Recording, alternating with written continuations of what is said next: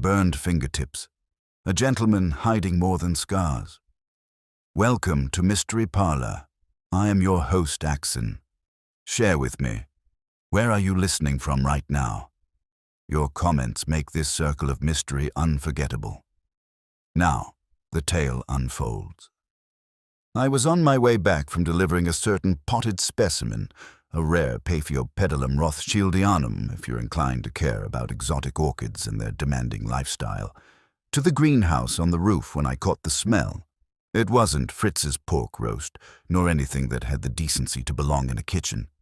It was something subtler, lingering, unpleasant, like a scrap of scorched fabric that had tried and failed to hide its shame with lavender water.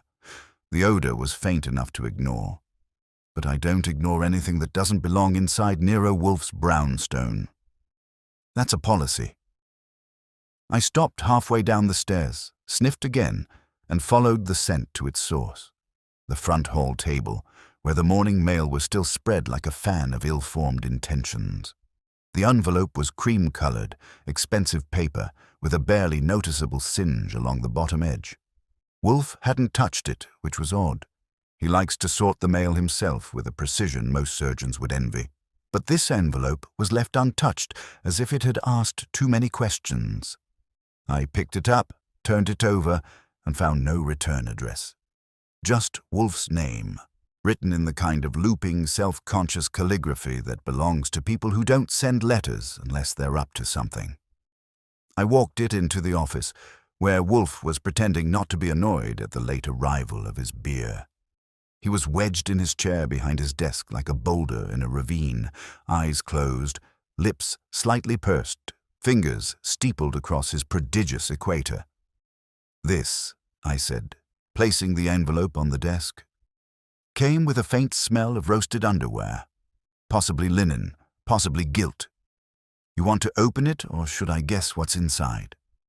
He opened his eyes. Don't be absurd, Archie. The scent is not linen. It is likely scorched cotton treated with ammonium salts. Matches, a careless or deliberate application of flame. Did you observe the handwriting? I did. It's the kind that flirts with forgery, but stops just short of impersonation. No return address. He frowned. That is impertinent.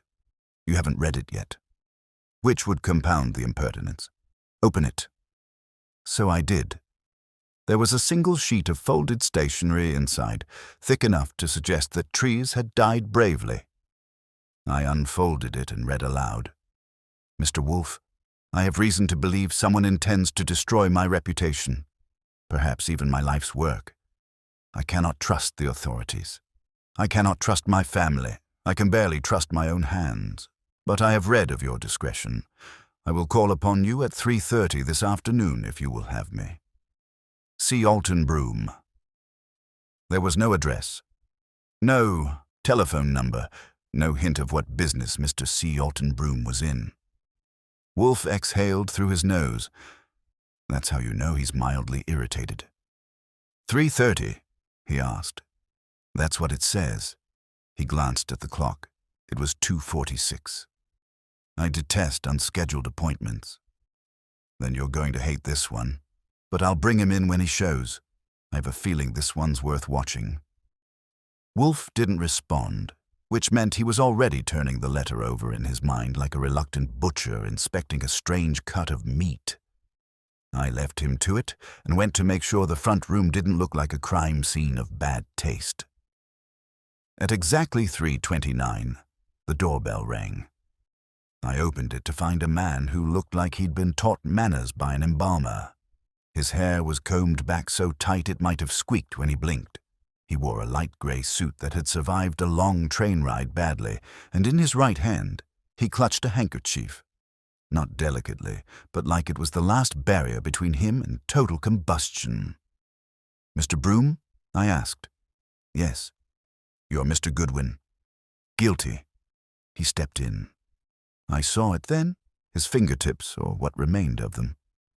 The skin was glossy and pink along his index and middle fingers, a color that had no business being alive. He caught me looking. An accident, he said stiffly. Industrial. Long past. I didn't press. I took his coat, noting that it smelled faintly of smoke and something else. Camphor, maybe. The combination didn't exactly scream comfort. I ushered him into the office. Wolfe didn't rise, of course, but he did incline his head just enough to pretend civility. "Mr. Broom," he said, "explain." C. Alton Broom sat with precision, placing his handkerchief in his lap. "I run a private conservatory, a music school in the village. 30 years of work, 3 dozen pupils who've gone on to reputable careers, and a board of directors who have, until recently, permitted me to operate without interference." Wolfe made a small gesture. "Until recently. I received a letter last week. Anonymous, typed, but accurate enough to shake me. It claimed I had, how shall I say it, misused my position, that I had interfered with a student, an accusation entirely false." "Which student?" I asked. He hesitated. "Her name is Celia Vantner. She was one of our rising talents. She has since withdrawn." "Has she accused you?" Wolfe asked. "Number not to my knowledge. But the board received a copy of the letter this morning. I was summoned for a hearing on Monday. They say it's routine." Wolfe grunted. "Nothing about such accusations is routine. Why come to me?" "Because something else happened. The letter was typed. The second one, mine, was burned. It arrived yesterday. Someone tried to destroy it. I found it half incinerated in my own mailbox. No envelope." He pulled a scrap of paper from his inside pocket, singed, brittle, and nearly unreadable. Wolfe didn't take it. He nodded to me. I stepped forward and read what I could. Only fragments remained. "You'll be next. Won't be teaching anyone. Burn, same as she." I looked at Broom. "Same as who?" He met my eyes. "Miss Vantner. Her apartment caught fire 2 nights ago. Electrical, they said. She escaped, but her hands were injured. Badly." There was a silence, broken only by the rustle of Wolfe shifting slightly in his chair. "She was a pianist," Broom added. "A gifted one." Wolfe closed his eyes again, murmuring, "Burned fingers." Then he opened them. "You are not merely concerned about your reputation. You fear you are next." Broom didn't deny it. He just folded his hands, burned and all, and stared at Wolfe. "I want the truth," he said, "whatever it is." Wolfe turned to me. "Archie, see that Mr. Broom is sent home in a cab. Then, beginning tomorrow, I want every name on that board of directors, every instructor, every student with a grudge, particularly those with access to a typewriter and a penchant for arson." I stood. "The usual discretion." Wolfe's eyes narrowed. "With particular attention to the fingers?" I didn't know it yet, but we were already neck-deep in a mystery that wouldn't leave the brownstone untouched, and it all started with a man whose hands had been burned long before the first match was struck. The next morning started with the usual. Me, a cup of black coffee, and the vague threat of paperwork hanging over my head like a chandelier with one bad wire. Fritz was humming in the kitchen, experimenting with something that smelled like a truce between Hungarian paprika and French heresy, and Nero Wolfe had not yet descended from his sacred chambers. That gave me time to start laying out the framework of what would inevitably become my headache for the week. By 9:15, I'd made 3 calls. The first was to the conservatory, where a young man with too much fluster and too little patience informed me that Mr. Broom was on temporary leave pending internal review. The second was to the Vantner girls' building superintendent, who confirmed the fire, electrical cause, and injuries, burns to the hands and wrists, treated at a local hospital. The third was to Saul Panzer, who didn't answer. That in itself wasn't suspicious. Saul likes to walk while he works, but I filed it in my mental drawer labeled "Check Back Later." At 10:01, Wolfe emerged, grumbling about the state of the newspaper and the inferiority of American grapefruit. He settled into his chair with the precision of a banker lowering himself onto a gold bar, and I briefed him. "The girl's alive," I said. "Hospital Street. Timothy's, East Wing. Released yesterday. Second-degree burns to both hands. Probably not career-ending, but enough to put Chopin on ice for a while." Fire started in the kitchen. Faulty socket. She was alone. No visitors logged. Her mother's dead, father's unknown. No siblings. Lives or lived, alone in a rent-controlled apartment a block from the conservatory. Wolfe grunted. "And the conservatory?" "Broom's been benched, pending hearing. The board consists of 6 members, all semi-retired arts patrons with more pride than patience.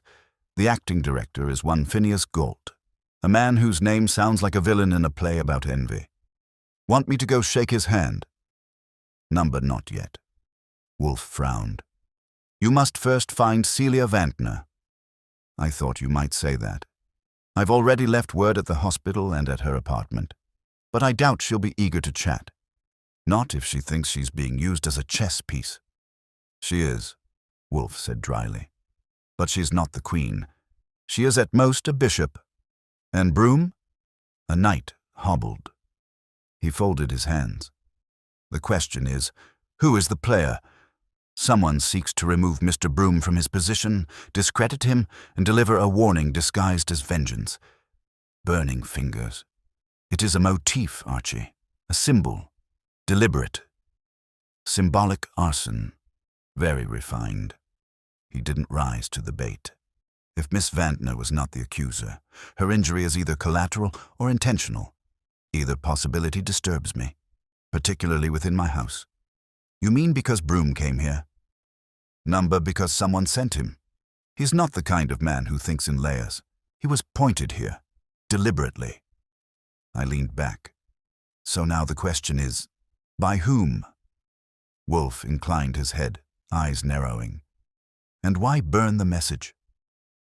The conversation was interrupted by the doorbell. I got up and went to the front. A tall, raw-boned woman with slate-gray eyes and the posture of an army nurse stood on the stoop. She wore a hat like a modest threat and carried a handbag large enough to contain regrets. "Mr. Goodwin?" she asked. "Yes, ma'am." "I'm Lydia Broom. My husband came here yesterday." I ushered her inside, already watching the way she moved. Careful, practiced, like someone who knew how to walk around the edge of a mess without stepping in it.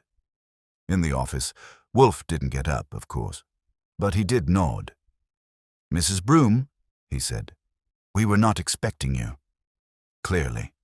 She didn't sit. "My husband came home last night shaken. He didn't say much, but he mentioned your name. And then, this morning, I found this on our doorstep." She reached into the bag and produced a matchbox. Not the kind you get from a bar or diner, but one of those cardboard novelty ones with a gilded edge. It was partially crushed, but still closed. On the cover was a black silhouette of a hand, fingers extended, on a field of red. Wolfe's eyes gleamed. "May I?" She placed it on the desk with care. I stepped forward and opened it. Inside were 6 matches, 1 missing, and a scrap of folded yellow paper, the kind used for cheap notepads or anonymous insults. I unfolded it and read aloud.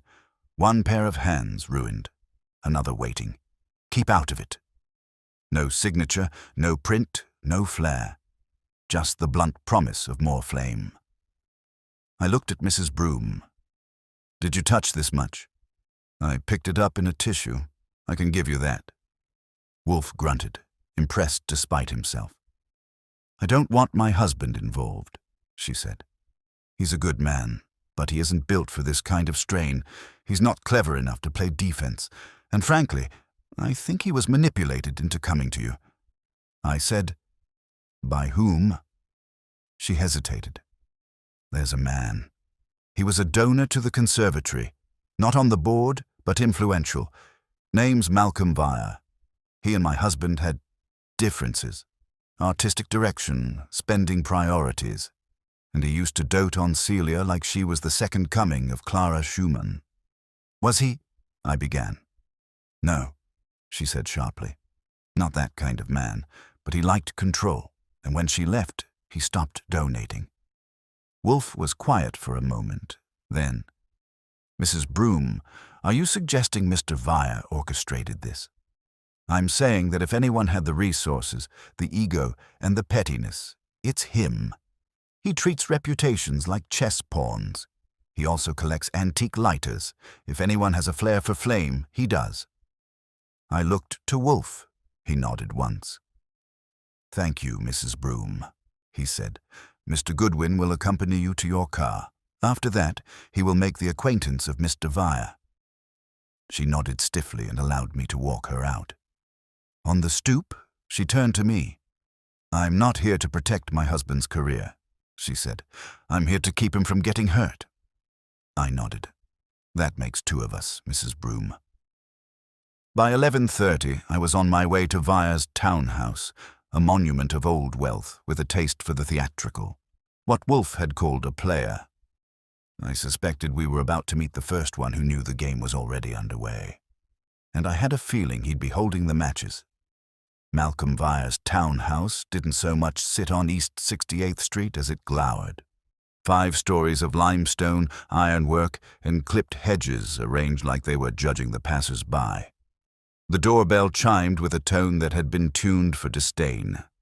When it opened, I was met by a man in his early 60s with silver hair that didn't apologize for anything, a navy cashmere cardigan that had never seen a lint roller, and a posture that suggested he was waiting for the world to explain itself. Mr. Goodwin? He asked, as if the very concept of visitors amused him. That's me. I work with Nero Wolfe. You may have heard of him. He smiled thinly, which meant yes. Of course, Mr. Wolfe's name tends to appear when someone's made a mess that can't be filed away quietly. Do come in. I was expecting someone. I followed him through a hallway lined with photographs, black and white portraits of musicians, conductors, composers, some signed, some simply mounted as if their approval lived in the frame. The furniture was museum quality. The air smelled of leather and some faint note of cinnamon, like a secret indulged in moderation. He led me to a drawing room that would have made Beethoven blink. A baby grand sat in the far corner, polished to the point of egotism. On the mantel was a lighter, brushed bronze, sleek, modernist, and next to it a small decorative box of matches. The cover had a black silhouette of a hand on a red background. I moved toward it, casual as you please. That's a striking design. He followed my gaze and gave a modest nod. A recent gift. Italian. They're meant to evoke the old marionette posters from Naples. I rather like the symmetry. Do you use them? He raised an eyebrow. On occasion. Why? Because one of those boxes found its way to your friend Mr. Broom's doorstep this morning. His face didn't move. Not an inch. If I hadn't been trained by 10 years of watching Wolfe silence rooms with a look, I might have missed the fractional pause in his eyes. That's unfortunate, he said. I haven't seen Alton in several months. Not since the board disagreements. You know how those go. Vision versus viability. Yeah, I've seen a few. What was your vision? That the conservatory needed to expand its scholarship reach. Diversify talent. Broom preferred to keep it boutique. Selective. That's code, Mr. Goodwin, for exclusionary. And Celia Vantner. You supported her. He smiled. This one was less thin. Celia was prodigious, one of the rare ones. When she played, you forgot the room existed. I gave her my full support. Tuition, travel grants, opportunities. And when she pulled away, I let her. With regret, but without interference. Why'd she pull away? That's a question for Celia, not for me. Was she pulled away, or did she run? This time the silence thickened. He crossed to the mantel, picked up the lighter, and toyed with it like a man who knew how to control fire. I had concerns, he said finally. About Broom's behavior. Nothing criminal, nothing I could prove. But instincts matter. Celia stopped attending her private lessons. Stopped performing. Then the fire happened. A tragedy. A coincidence? I asked. I don't believe in coincidence. Neither does Wolfe. He put the lighter down and turned to me. Mr. Goodwin, do you think I sent that matchbox to Broom? I think it's an expensive kind of theater, and you seem to have a flair for symbolism. I also have an alibi, he said calmly. Last night I hosted a dinner for 6, including a city council member and a cellist with perfect pitch and a love of litigation. I didn't leave the house. There are receipts. There are witnesses. I'd like to talk to Celia. She's not answering calls.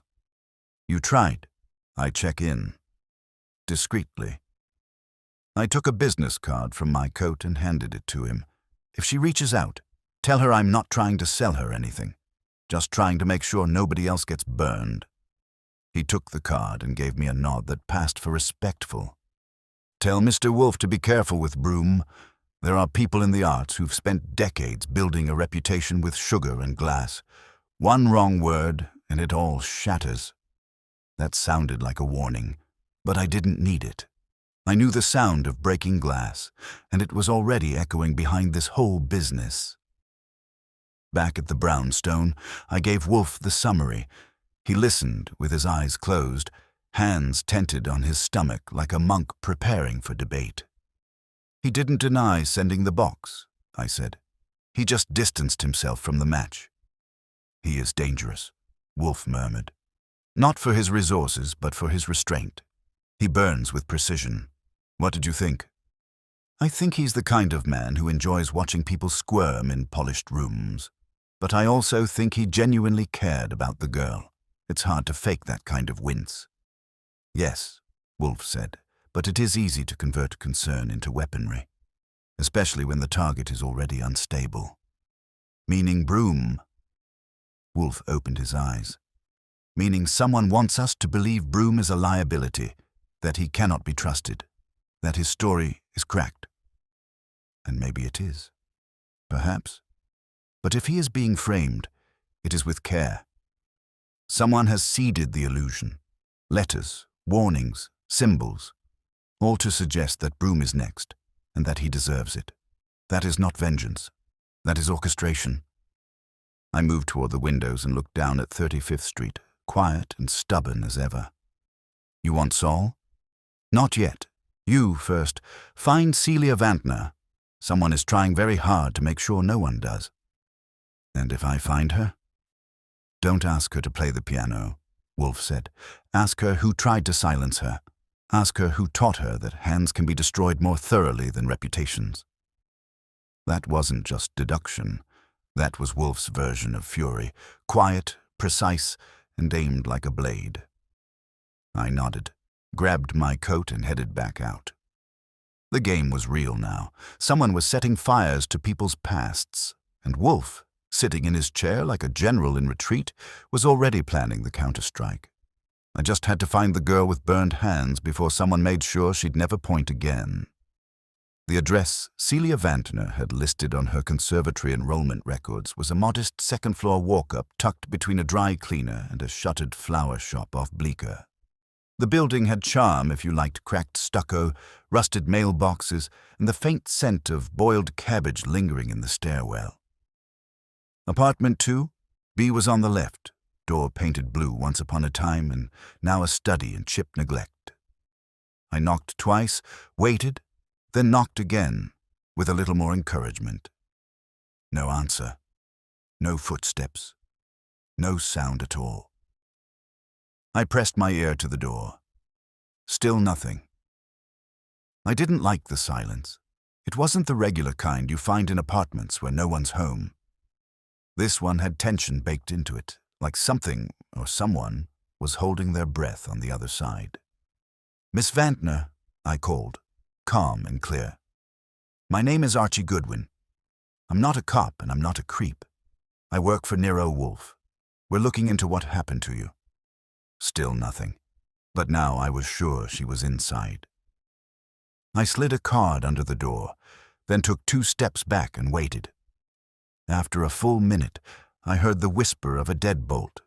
Then the door opened just enough to reveal a face behind the chain, pale, with sharp cheekbones and eyes that had once probably shone like headlamps, but now looked like someone had pulled the plug halfway.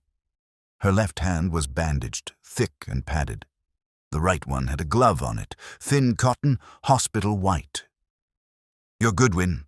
she asked, voice raw but steady. "That's right. I didn't call for help. No, but someone else did on your behalf. A man with burned fingertips, a conservatory full of enemies, and a reputation in the process of catching fire." She didn't flinch, but the chain didn't budge either. "I don't want to talk about it," she said. "That's fair, but if I leave now, someone else might decide you're too quiet for your own good. And unlike me, they probably won't knock." She looked past me, down the hall like she was checking for ghosts. Then the chain slid back and the door opened. The apartment was small and spare, 2 rooms, a kitchenette, and a sagging couch that had seen more insomnia than comfort. There were 2 music stands, a silent keyboard against the far wall, and a framed photograph of a recital. Celia standing next to Broom, both beaming, both unscarred. She motioned to a chair. "Don't touch anything," she said. I didn't plan to. I sat. She stood, arms folded. "You've got 5 minutes." "That's generous," I said. "We'll start with the fire. The department said it was electrical." They always say that. Outlet sparked. I smelled smoke, grabbed my bag, and tried to put it out with a towel. Bad idea. Who else was in the apartment that day? No one. Any visitors earlier in the week? She hesitated. Just deliveries. Food? Music books. And before that, a man from the conservatory dropped off some old programs they wanted scanned for the archives. Name? Stephen Arnett. I made a mental note. Arnett had been on my radar from the staff list. Assistant music director, early 30s. No scandals, no sparkle. The kind of man who could slip through a crowd without breaking surface tension. He had a key. Number I buzzed him up. What about Via? Her face changed then. Not a lot, but enough. A flicker, like a photograph, curling in heat. "He's not what he seems," she said. "Then tell me what he is." She looked down at her bandaged hand. "Ambition wearing gloves. Did he ever threaten you?" "No," she said too quickly. "Not like that." I waited. She let the silence sit a little longer before continuing. He made it clear that I was his investment, but when I started pulling back, turning down solo opportunities, missing rehearsals, he got cold. Not angry. Just absent. I figured he'd moved on. "Did you ever tell Broom?" I told no one. "Why not?" Her eyes sharpened. "Because in that world, if you say something, you're fragile. If you don't, you're strong. Either way, you lose." I let that sit. "Someone is playing with fire," I said, literally and figuratively. Broom gets an anonymous letter, then a second one burned. You get burned, physically. Then a matchbox appears with a threat. Wolfe thinks someone is orchestrating all of this to ruin Broom, and maybe you along the way. Question is, are you the bait or the motive? She sat then, across from me, and for the first time I saw it, the steel under the pain. I'm not anyone's motive, but I might be their excuse. Because of something you know. Because of something they think I might say. I nodded. "I'm going to give you a number. If you see anything strange, hear anything, call me. Don't wait." She took the card, studied it. Will he fix this? Wolfe? If there's a truth to be found, he'll find it. And then he'll crush whoever thought they could keep it hidden. She didn't smile, but the tension in her shoulders eased just enough to suggest she believed me. I left her there, sitting in the quiet, clutching the card with her gloved fingers. Back at the brownstone, Wolfe was waiting, more alert than usual after lunch. I reported everything, from Arnett's unlogged visit to Vire's emotional weather pattern. "She's scared, but not broken," I said. "She's got the look of someone waiting for the next strike." "It will come," Wolfe said. "They always do, when threats are left unanswered." The matchbox was not a final gesture. It was a promise. "You think they'll come after her again?" "Possibly, but more likely they will now attempt to discredit her. A second burn would invite too much scrutiny. They need her silenced without sympathy." "Which means?" "Defamation, suggestion, innuendo. They will say she was involved with Broom, that she fabricated stories, that she set her own apartment ablaze for attention or revenge." "That's a lot of smear for a girl who barely speaks." Wolfe's lip curled. "The more quiet the victim, the easier it is to bury them in noise." I asked him if he wanted Saul. "Not yet," he said. "Tomorrow you will speak with Arnett, and then you will attend the board meeting." "They invited me?" "They will, when I instruct them to." That was Wolfe, never barging through doors, always pulling the hinges. Someone was orchestrating chaos at the conservatory, and it wasn't just about music or reputation. It was about silence, burned, forced, and weaponized. But if they thought they could outmaneuver Wolfe from the shadows, they hadn't counted on one thing. He liked fire, as long as he controlled where it burned. The next morning, I found myself standing in front of a practice room at the Manhattan Conservatory, listening to the sound of a cello that was trying very hard to make peace with its own misery. It was being coaxed, or maybe punished, by Stephen Arnett, who sat inside with his back straight and his expression carved from the same wood as the instrument. The moment I knocked on the open door frame, he stopped mid-phrase and turned with a gaze that had all the warmth of an iced metronome. "You're Stephen Arnett," I said. "Don't worry, I'm not from the board." He gave a thin smile, stood, and set the cello in its case. "Then you must be the one from Nero Wolfe." "That's right. Archie Goodwin." "I thought detectives wore hats." "Only the ones with something to hide. You've got 5 minutes before my coffee wears off, and I'd like to know why you visited Celia Vantner's apartment last week." He blinked, not startled, measured. "I was asked to deliver archival programs.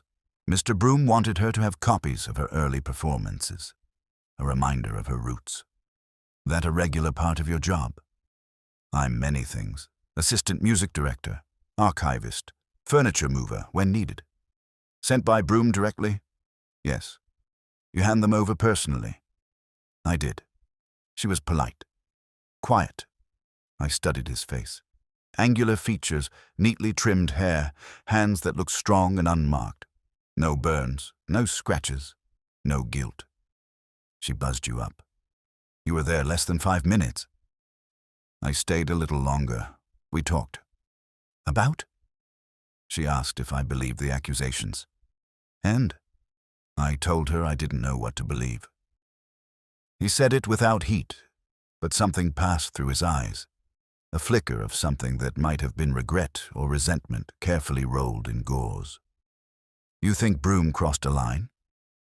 "I think the line moves depending on who's watching." "That's not an answer." "It's the only one I can give without being political. Around here, politics are fatal." I took a slow breath. "Did you know she was pulling away from the program?" "I knew she canceled rehearsals. I knew she'd been late, that she'd stopped attending faculty reviews. But no, I didn't know why." "Did you know Vire?" Arnett gave a dry laugh. "Everyone knows Vire, especially if you have a scholarship tied to his wallet." "What did you think of him?" "He liked talent, but he liked control more. I once watched him give a student a $1,000 violin and then take it back when they chose to study in Boston instead of staying here. No anger, just reclamation." "Did you think he was too close to Celia?"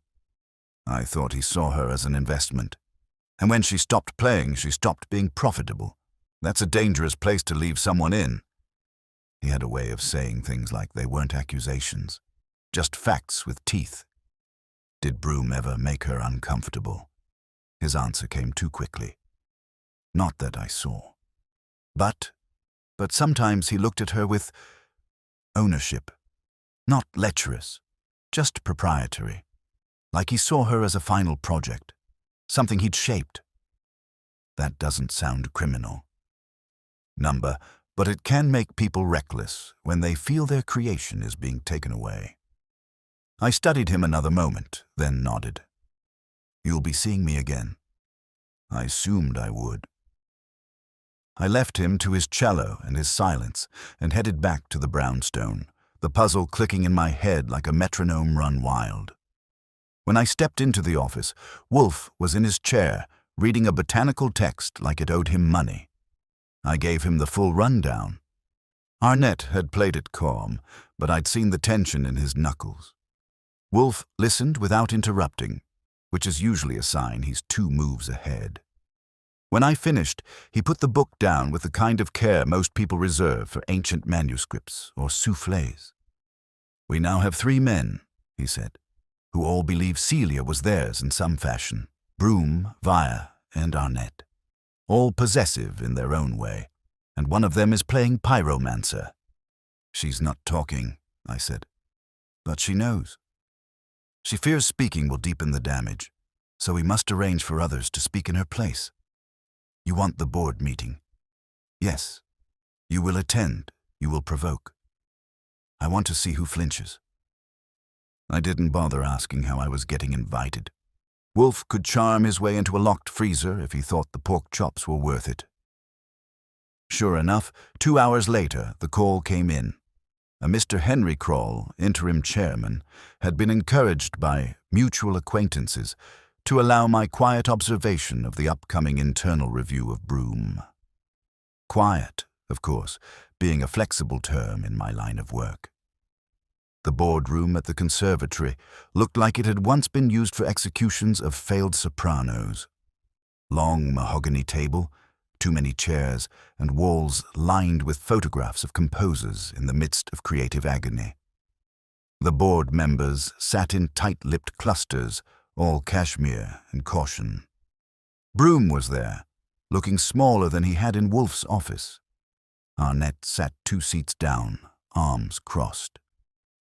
Vire hadn't shown. Not a surprise. He was too careful to get his fingerprints on anything he couldn't control. I took a seat at the back, not introduced, but not ignored. Kroll cleared his throat and began. The accusations were summarized in that tone of institutional bureaucracy that made even the word fire sound like a scheduling error. Celia's name was mentioned only once, then in a passive, sanitized phrasing, a former student of noted ability who has temporarily withdrawn. Broom didn't speak. He looked like he'd been rehearsing silence all week. Then something interesting happened. Arnett asked for the floor, calm, deferential, and he said this: I believe we've overlooked something. If this board is serious about discovering the truth, we ought to ask whether the anonymous letters were planted to direct suspicion, not reflect it. We assume guilt because we've been told to, but perhaps the letters were bait, and we've taken it. A low murmur spread. Kroll tried to wave it off, but it was too late. The board smelled uncertainty. And if there's one thing a group of administrators hates more than bad press, it's bad precedent. I watched Broom turn slowly toward Arnett, eyes narrowing, then toward me. After the meeting, I intercepted him in the hall. You've got an ally in Arnett, I said, or someone trying to cut in line. You think he wants your job? I think he wants to be seen wanting it. That way, when it's handed to him, it won't look like ambition, just inevitability. He defended you. He defended himself. If I go down in scandal, the entire administration goes down with me, including him. He looked tired. Not just the kind that sleep cures. The kind that comes from being watched too long by too many people who used to call you friend. I didn't hurt that girl, he said, but I failed her. I saw her retreating and I let it happen, because it was easier than asking why. That was the first honest thing I'd heard him say. Back at the brownstone, Wolfe was in his office sipping beer with the grim satisfaction of a man who just watched a tower start to lean. "They're turning on each other," I said. "Arnett played savior, Broom's circling the drain, and Celia is still in hiding." "Good," Wolfe said. "Now we give the match to the one who started the fire and see who rushes to blow it out." He reached for the bell and rang for Fritz. "The game has changed," he said. "The players are showing their hands, and one of them is wearing gloves for a reason." The next morning began with the kind of silence that always made my neck itch. Wolfe didn't come down for breakfast. Fritz, polite as ever, said only that he was thinking. That usually meant trouble was fermenting upstairs like an illicit cheese in a locked drawer. When Wolfe finally appeared at 10:32, he did so without his usual indignation at the state of the world. No complaints about the newspaper, no lectures about misuse of butter. Just a grunt and a pointed finger that directed me to the office. He sat. I followed. "There is a pressure point, Archie," he said, folding his hands on his belly. "And we are close to it. This morning we will make contact." "With a hammer or a needle?" "Both." He gestured toward the red matchbox on his desk, the one Lydia Broom had delivered. I'd bagged it in plastic after dusting it for prints with a borrowed kit from Lon Cohen, but we'd come up dry, too clean, too purposeful. "Someone sent this," Wolfe said, "not to threaten, but to provoke.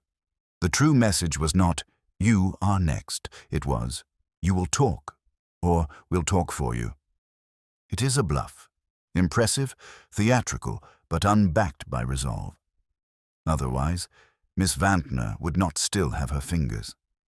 I sat across from him, balancing my notepad on one knee. So what now? He glanced toward the windows, as if the city outside was just a poorly painted mural. "Now we tighten the screws. You will call Mr. Arnett.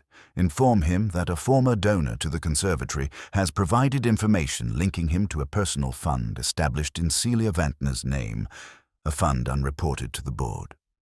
Say that Wolfe will be issuing a public statement unless he visits the brownstone by noon." "That's a bluff." "Yes, but only partially." I raised an eyebrow. "You think there is a fund?" "I think there is something. A transaction, a debt, financial or emotional. It is irrelevant what form it takes. I merely need to see how he reacts when the floor shifts. After that, you will then place a second call.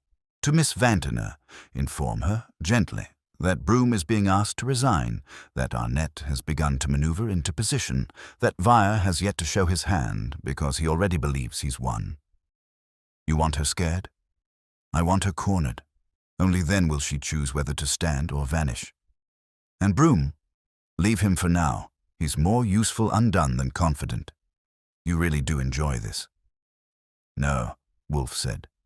"I abhor it. But the truth, like wine, does not pour itself." I made the calls. Arnett answered on the third ring. I kept the message short, professional, and just sharp enough to bleed. He didn't protest, didn't demand evidence, just said, "I'll be there," and hung up. Celia took longer to reach.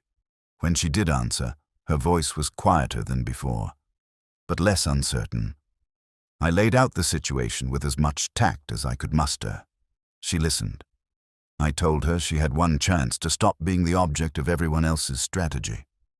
"If you want to end this," I said, "you need to be in the room when the match is struck." She didn't say yes, but she didn't hang up either. At 11:58, Arnett arrived. He looked tired, the good kind, like he'd been pacing all night instead of sleeping. Wolfe didn't offer him a seat right away. He just gestured to the chair across the desk, like a warden might gesture toward the gallows. Arnett sat, arms folded. "You received my message," Wolfe said. "I did. I imagine it disturbed you." "No more than expected." "Then let us not waste time. Mr. Goodwin believes you have been playing a delicate game, appearing as Broom's defender while quietly preparing to replace him. I didn't ask to be interim director. But you would accept it. I wouldn't be the worst choice. No, Wolfe said mildly, but you might be the most convenient. Arnett's mouth twitched. If you're implying I sent those letters, I imply nothing. I observe. You visited Miss Vantner days before her apartment burned. You knew of her withdrawal. You've seen how a whisper becomes a verdict in institutions like yours. You think I set her up? I think someone did, and I think you know who. Arnett didn't answer, but his fingers tapped once, left, right, left, against the side of the chair. I saw Vire, he said finally. 2 weeks ago, he was at a donor dinner, said he was cutting ties. Too many distractions, but he asked about Celia, asked if she was still cooperative. His word, not mine. Wolfe's eyes opened wider by a fraction. Did you tell him anything? Number. But I think he knew something had happened already. He's careful, but not cautious. He believes in insurance and revenge. What kind of revenge? Arnett looked up. The kind that ruins you without lifting a hand. That leaves you watching your own fall like it's a play you once wrote. Did you send the matchbox? No. Do you know who did? I have suspicions. Share them. I'll give you one name, Arnett said. Henry Kroll, interim chairman, old friend of Vire's. Same clubs, same dinners, same glass of brandy after every vote. If Vire wanted someone on the board to grease a quiet transition, it'd be Kroll. And if Kroll wanted Broom out, he'd do it with whispers and paperwork, not flames. But he'd know someone who wouldn't mind setting a fire. Wolfe said nothing for a long moment. Then he nodded once. That will do. Thank you. Arnett stood, not dismissed, but released. He hesitated at the door. I didn't hurt her, he said, but I didn't protect her either. That's worse sometimes. When he left, Wolfe turned to me. Celia, he said. I'll bring her, I replied. It wasn't an easy drive. I had to coax, then nudge, then promise. But when we returned just after 2, she walked into the office on her own. She wore gloves. The bandages were gone. There was pain in her eyes, but no hesitation. She looked at Wolfe like she expected to be dissected. Instead, he said, Miss Vantner, thank you. She sat, and Wolfe began to speak. Not at her, but for her. He laid it all out, the letters, the fire, the pressure, the performance she'd been expected to continue long after the music stopped meaning anything. He didn't accuse, he narrated. When he finished, she nodded once. I didn't tell anyone because no one asked, she said. Wolfe tilted his head. Then let me ask now. Who did this? She looked down at her gloves.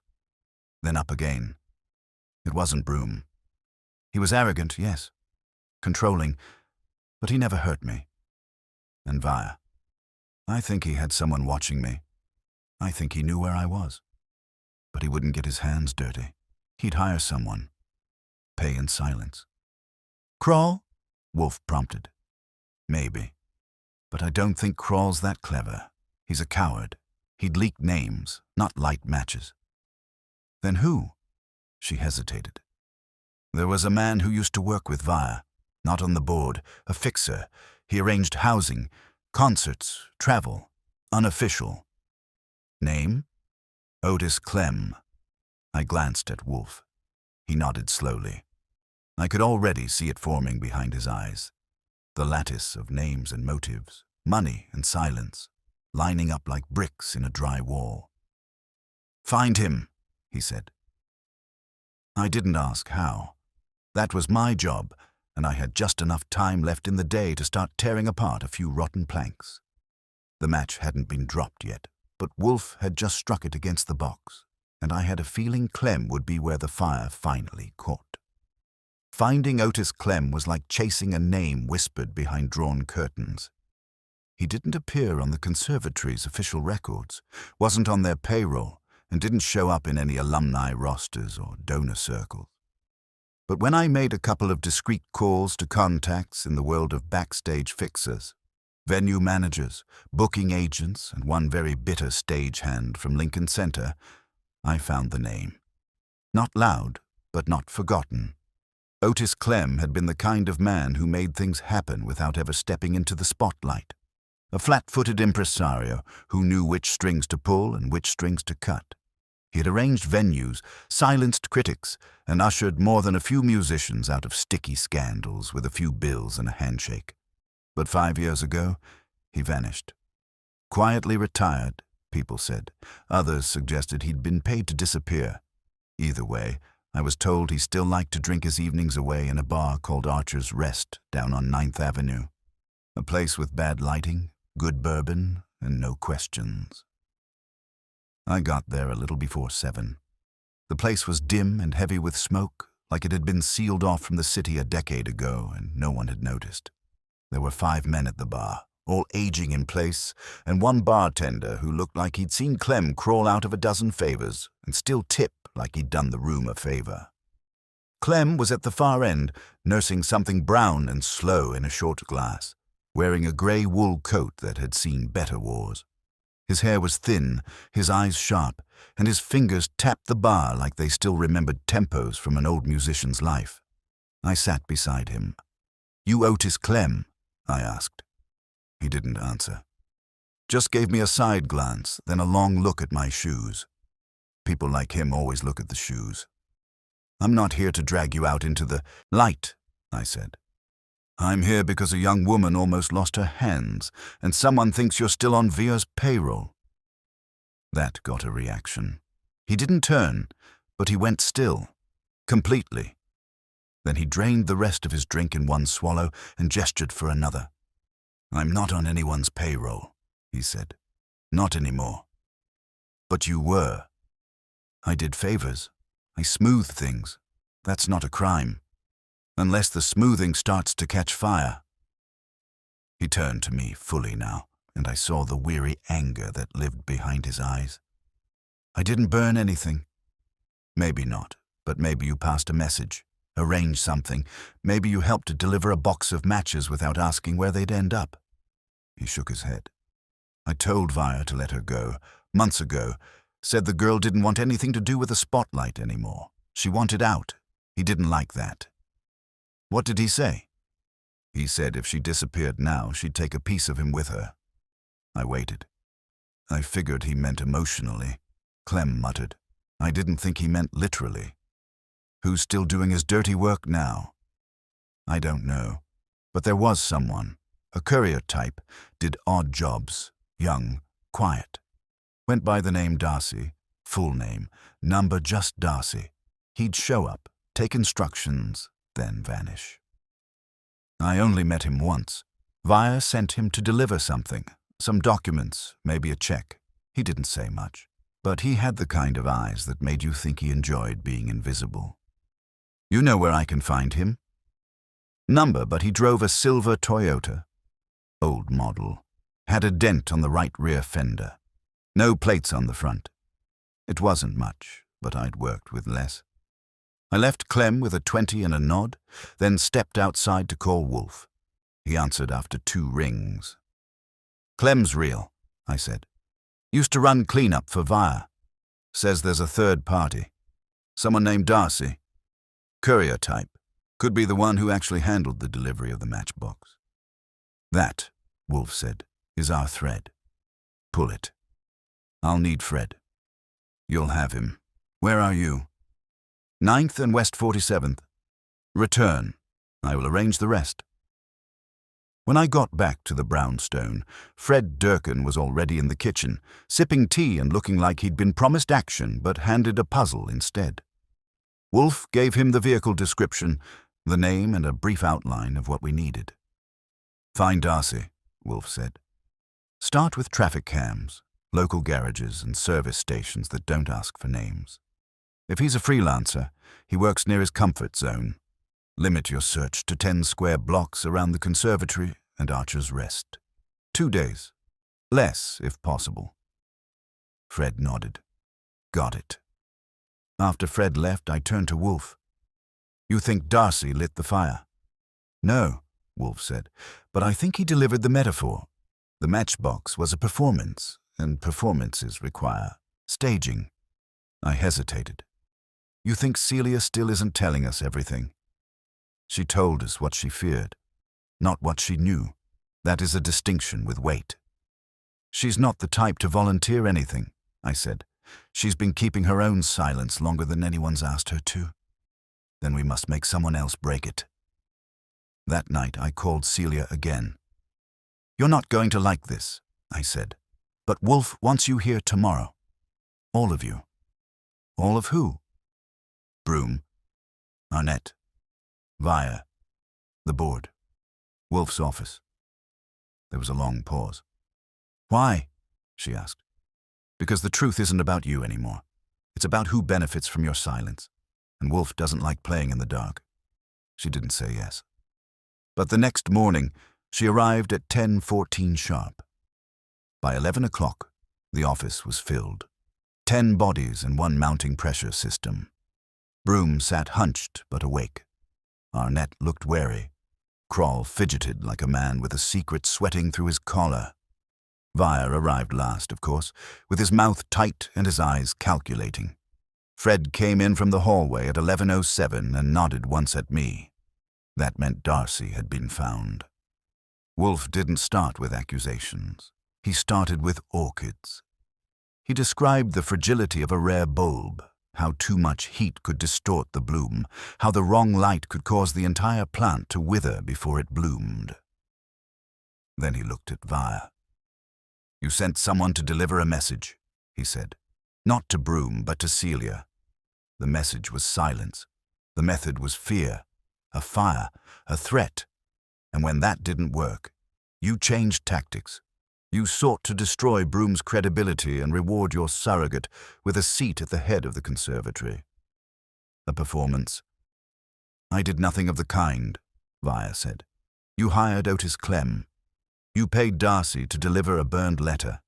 You knew Kroll would act if a scandal emerged. And you watched from your perch while the people below you were set alight. That's absurd, Kroll snapped. Not absurd, Wolfe said coldly. Strategic. You, Mr. Kroll, forwarded the anonymous letter to the board. But the copy you received was missing a line, one that referenced Celia's injuries. That version only exists in Broom's mailbox. And Darcy never delivered it to you. Vire stood. This is hearsay. No, Wolfe said. This is deduction. Fred. Fred stepped forward with a small man in a wrinkled jacket and anxious eyes. Darcy, exactly as described. Fred handed me a slip of paper. I read it. In Darcy's neat, blocky handwriting was a receipt for a courier service, paid in cash. No name listed, but the return number belonged to one Otis Clem. The room fell silent. Wolfe leaned back. You are not trying to destroy Broom, Mr. Vire. You are trying to erase Celia, but you lacked the stomach. So you hired others to do what you could not. But the flaw in your plan was this. When you burn a page, the ashes still tell a story. Vire didn't speak. He didn't have to. The room had turned on him already. And Celia, still silent Celia, stood at last. She looked at Vire like she was finally seeing a man, not a shadow. I'm not yours, she said. That was all. She left the room before anyone else could move. And Wolfe, content with the shape of things at last, closed his eyes and reached for his beer. By the time the door shut behind Celia, the room had gone hollow. Wolfe didn't speak. Neither did I. The silence had that brittle edge, the kind that holds until someone tries to move and the whole thing shatters. But the men in the office didn't move. Not Broom, who looked like someone had just pulled a stone from his chest. Not Arnett, who was watching the wreckage with an expression that might have been relief or guilt or both. And not Kroll, whose face had turned a shade paler than his tie. Vire stood like a statue that had just realized it was made of wax. Wolfe let the stillness settle. He does that sometimes, not to show dominance, but to force everyone else to breathe at his pace. He waited a beat longer, then spoke in a voice so quiet it had the effect of thunder. "Mr. Vire, your attempts at influence have collapsed. Your leverage is burned, your agents are known, and your hands, while clean of soot, are covered in smoke." Vire didn't blink. "I've committed no crime." "That remains to be decided by those whose jurisdiction I'm not burdened to share," Wolfe said. "But morally, ethically, and practically, you have failed." Fred stepped from the hallway with an envelope. He handed it to Wolfe, who passed it across the desk to me. I opened it. Inside were 2 photographs, one of the burned letter pulled from Broom's mailbox, and the other of a booking slip for Darcy's courier run, time-stamped the same morning. Not evidence strong enough for a courtroom, but solid enough for the court of opinion, especially within a conservatory that depended on reputation like a diver depends on oxygen. Wolfe turned to Broom, who hadn't yet spoken. He looked like a man who had walked through a fire and found, to his surprise, that he still had shoes. "You, sir," Wolfe said, "are no longer in danger of orchestrated destruction, but the question remains, what you will do with the ash." Broom's throat moved. He looked at Crawl, then Arnett, then Vire. Finally, he met Wolfe's eyes. "I'll resign." "Don't," Wolfe said immediately. "Let them vote. Force them to put their names to paper. If they do not expel you now, they never will, and if they do, then let them carry the stink of it with them." "But it's all been so poisoned," Broom said. "How do I come back from this?" "Slowly," Wolfe said, "and publicly. Speak. Tell the story. Let her speak when she's ready. Restore the conservatory by restoring its truth." Vire looked ready to combust. "You have no authority here." "No," Wolfe agreed. "Only intellect. It's rarely welcome in institutions." Vire left first, stiff, silent, and carrying his dignity like an empty satchel. Crawl followed after offering a few choked platitudes about process and review. Arnett lingered, his eyes lingering on the photographs on Wolfe's desk, before finally standing. "She deserves better," he said. "She always did," Wolfe replied.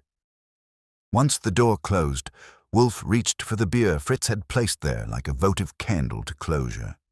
He took one long drink, set it down, and looked at me. "That," he said, "was unpleasant. But thorough," I added. He exhaled, and not yet concluded. I raised a brow. "You think Darcy's still in play?" "Number, he has no further role. But Miss Vantner is still unmoored. Her future requires more than absence of harm. She needs presence, foundation, a choice." I gave a slow nod. "You want me to talk to her?" "Yes. Now before she convinces herself that silence is safer again." I left the brownstone with the last of the afternoon light trailing behind me like a rumor. I found Celia not at her apartment, but in a corner booth at a cafe 2 blocks away. Her coat was still on. She was holding a cup of tea like it might bolt. The gloves were gone. Her hands, though scarred, looked steadier than I expected. I sat across from her. She didn't speak. "You were good in there," I said. "Simple. Sharp. I didn't plan to say anything," she replied. "It just came out. That's the best kind. The truth kind." She took a sip of tea. "What happens to him now?" "Vire? He fades. Men like him don't get arrested. They get removed from guest lists. He'll be called a benefactor emeritus and asked to write checks quietly, if at all. But he won't speak your name again." She nodded. "And Broom?" "Wolfe's right. Let them vote. If they do push him out, he'll walk clean. If they don't, he rebuilds. Either way, the place can start breathing again." She looked at her hands. "I haven't played since the fire. I've tried, but the sound feels different. It will. Maybe always." I don't know what I am if I'm not playing. You're someone who stopped being someone else's story, I said. That's not nothing. She smiled a little. Not much, but more than yesterday. Thank him, she said. I will. I stood, hesitated, then set down Wolfe's card again. If you ever need an audience, or someone to push back, you've got us. She reached for the card with steady fingers. Thank you, Archie. Back at the brownstone, I walked in through the front door and found Wolfe already in the office, surrounded by silence and orchids. He didn't ask. I didn't report. Instead, I sat across from him and waited. He glanced at the clock. Fritz is preparing veal Milanese. I nodded. I'll change. I started to stand when Wolfe spoke again. She did well. She did, I said. She will again. We left it there. Dinner was quiet. The brownstone was whole, and outside the city smoked with the scent of autumn and something cleaner, like the fire had passed and left the air just a little more honest. The next morning started the way most good endings do. Quietly, with eggs, silence, and the faint, buttery aroma of Fritz's early ambitions. I was halfway through my coffee when Wolfe called me into the office. No bell, no shout. Just my name. Low and even, from behind the doors.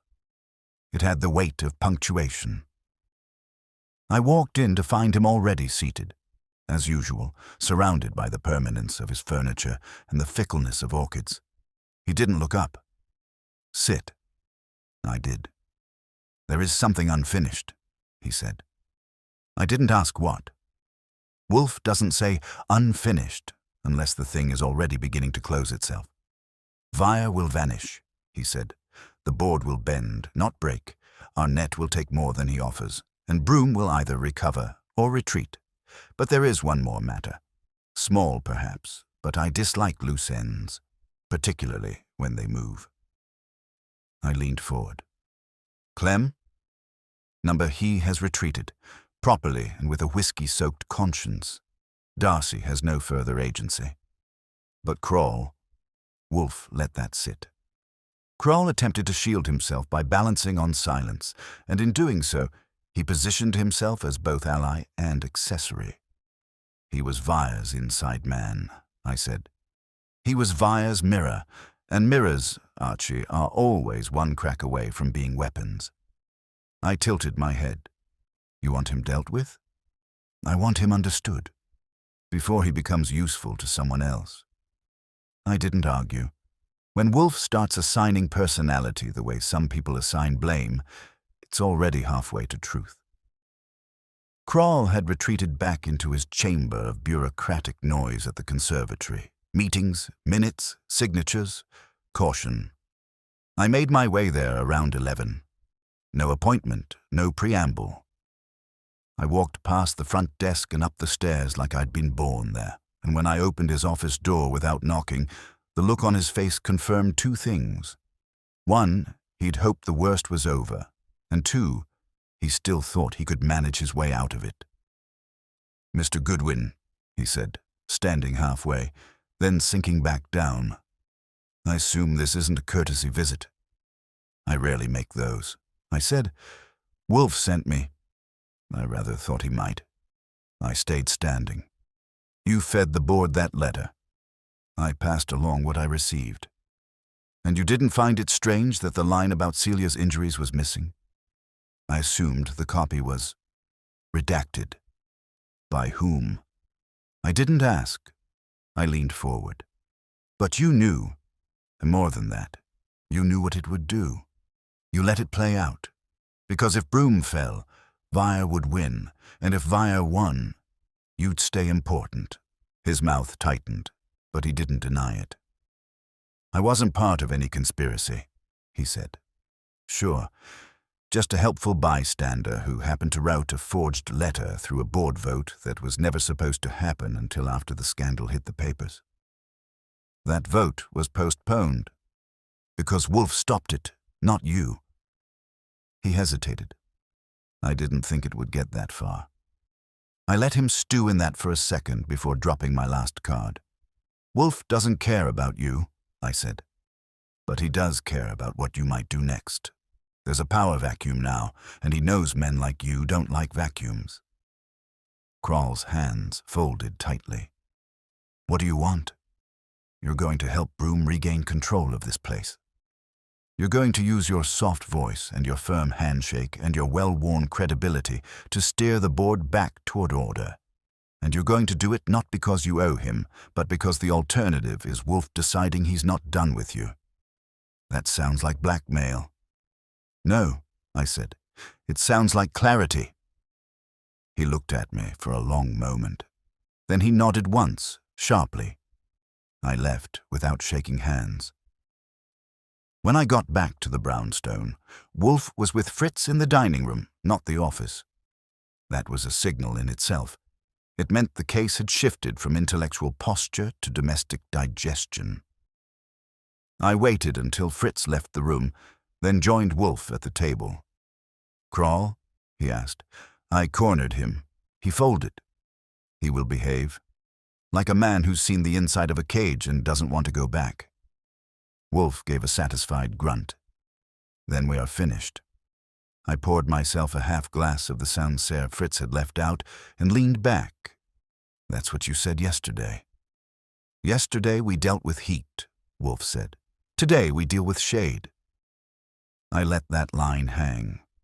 The kind Wolfe drops when he's winding himself down, not because he's lost interest, but because the balance has returned, the pattern restored. Outside, the late afternoon light filtered in through the dining room windows, golden and quiet. The city was doing its usual dance of noise and denial, but inside the brownstone, everything felt intact.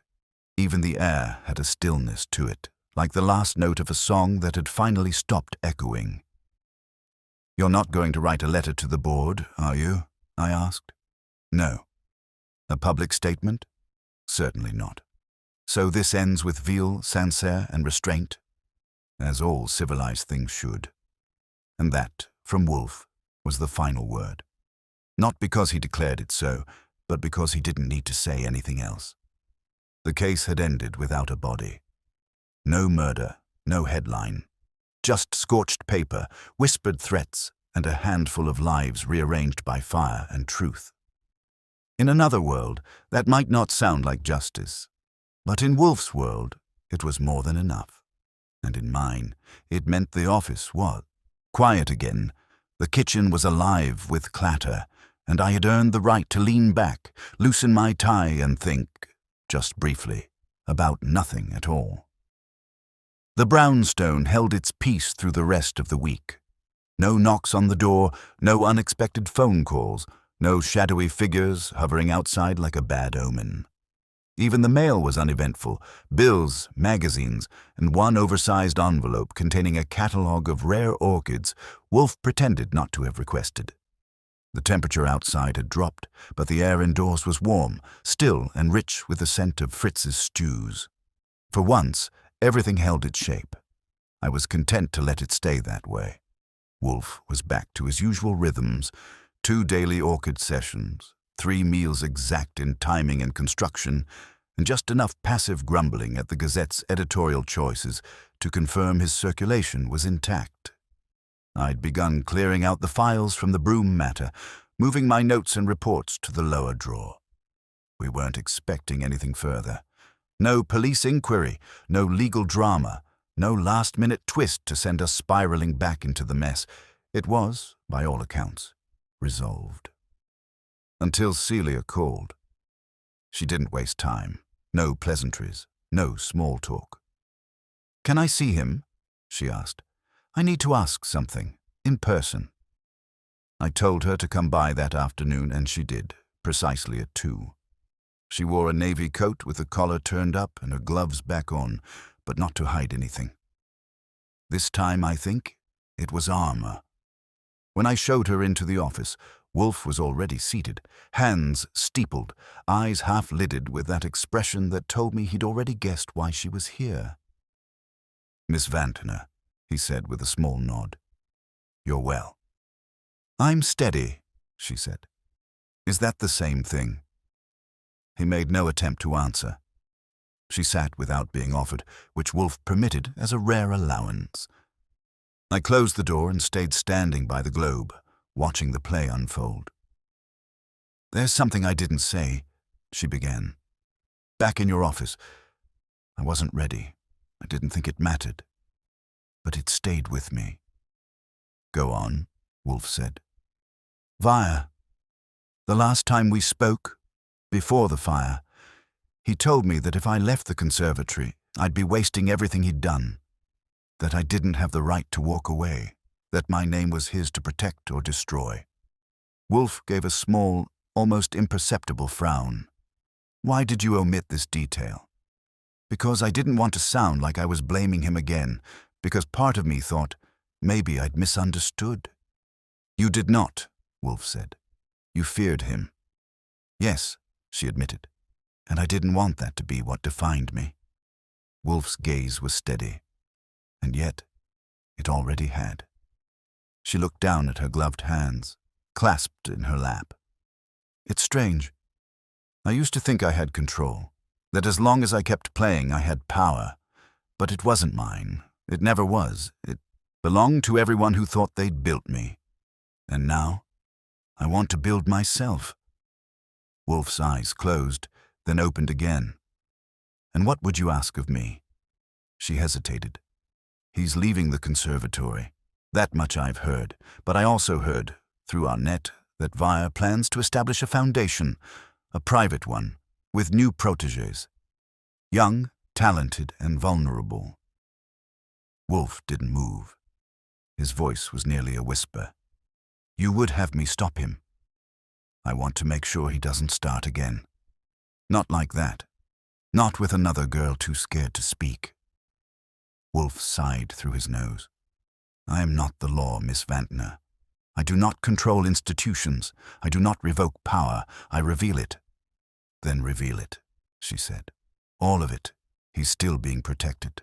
Quietly. By friends with money and influence. They are letting him fade. But that's not the same as being held accountable. I watched Wolfe. He didn't often wade into moral wars. He liked truth tidy and judgment left to those with gavels or vendettas. But there was something in Celia's voice, measured, almost cold, that seemed to nudge him. He turned to me. Archie. Yeah? Call Lon Cohen. Inform him I'm willing to provide a statement. Not a salacious exposé, but a clinical account of the events surrounding Vire's conduct, including corroboration from witnesses. Anonymous, if necessary. He will know what to do. Celia let out a slow breath. You'd really do that? I will offer truth, Wolfe said. It is the only thing I possess that leaves no debt. She stood. Then that's all I needed. As I walked her to the door, she paused in the foyer. I thought everything would be over when the fire was out, she said. But that was just the start. You're still standing, I said. Barely. Barely's enough. She nodded just once and left. That night, Wolfe dictated the statement. He called it an affidavit of observation, 4 pages of clean chronological precision. No flourishes, no editorializing, just dates, dialogue, decisions. He noted who did what, who said what, who knew what, and when. He included Clem's role, Darcy's delivery, and the board's silence. He did not name Celia directly. He didn't need to. Her presence was felt in every line as clearly as a watermark. I delivered it to Lon Cohen the next morning. He didn't blink twice. It'll run as an editorial feature, he said. Anonymous contributor. But they'll know. Everyone will know. Back at the brownstone, Wolfe was back among his orchids, trimming roots with the care of a man shaping futures. I didn't disturb him. I poured myself a coffee, sat at my desk, and for once let the stillness linger. Because something had been set right. Not restored. This wasn't a story where everything went back to how it was, but cleared, lifted, burned clean, and somewhere downtown, a man with influence was learning that being invisible didn't mean being forgotten. Justice, in Wolfe's house, never rang bells or gave speeches. It sat down, opened a file, and waited to be heard. The final act came not with a bang, but with a folded letter slid under our front door, a quiet punctuation mark on a sentence Wolfe had already finished writing. It was from Phineas Galt, the new acting director of the conservatory. The board had voted Broom would not be removed, but he would step back temporarily, citing health and internal reorganization.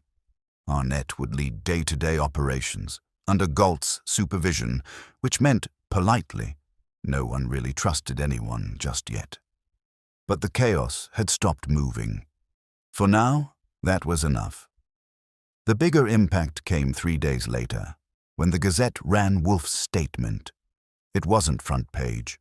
Wolfe wouldn't allow that, but it was there, clear and calm and precise, a chronicle of how influence becomes threat and how silence becomes complicity. Names weren't named, but none of them needed to be. Everyone who mattered knew exactly who it was about. Vire had gone to ground. His phone disconnected. The number on his Midtown letterhead redirected to voicemail that hadn't been checked in days. Word was he'd left the city. Probably somewhere quieter. Probably somewhere that wouldn't ask what he'd done with his money or his pride. That morning I found Wolfe at the table with a soft-boiled egg, toast, and the Gazette folded at his elbow like an old adversary finally vanquished. "You've become literary," I said. "I detest exaggeration," he replied, buttering a corner of bread. "And the prose was yours." I grinned. "You're welcome." He took a bite, chewed, and then added, "It will suffice." "Vire's done," I said. "For now," Wolfe agreed. "He will try again, perhaps under another name. Men like him do not retire. They redistribute." "And Broom?" "Cautious, wounded, but intact." "And Celia?" Wolfe sipped his coffee. "I imagine she will find a new tempo. Her own." That would have been the end of it. Could have been, should have been. But the universe loves one last encore, even in Wolfe's domain. It came that evening, in the form of a knock, soft, uncertain. When I opened the door, Celia was standing there in a charcoal coat and no gloves. Her hands were bare. "I don't want to intrude," she said. "You're not." She stepped inside like someone testing a stage that might give way underfoot. I brought her to the office. Wolfe was at his desk, reading the Orchidist Quarterly and pretending not to be interested. "I wanted to say thank you," she said. "Unnecessary," Wolfe replied, not looking up. "I know, but I needed to." He lowered the magazine. "Are you well?" "I'm starting to be." "You intend to return to performance?" "No," she said, "not yet. But I've started composing. For the first time." Wolfe's brows lifted a fraction. "A dangerous endeavor." "But mine," he nodded, which from him is the equivalent of a standing ovation. She turned to go, then hesitated.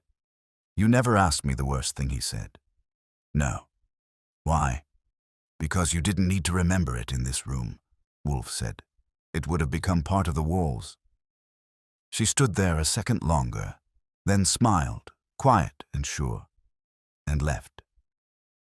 After she was gone, Wolfe returned to his magazine, but not before murmuring, "Courage, Archie, is often confused with noise, but when it is quiet and deliberate, it is most potent."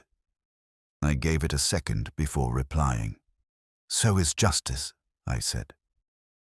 He didn't argue.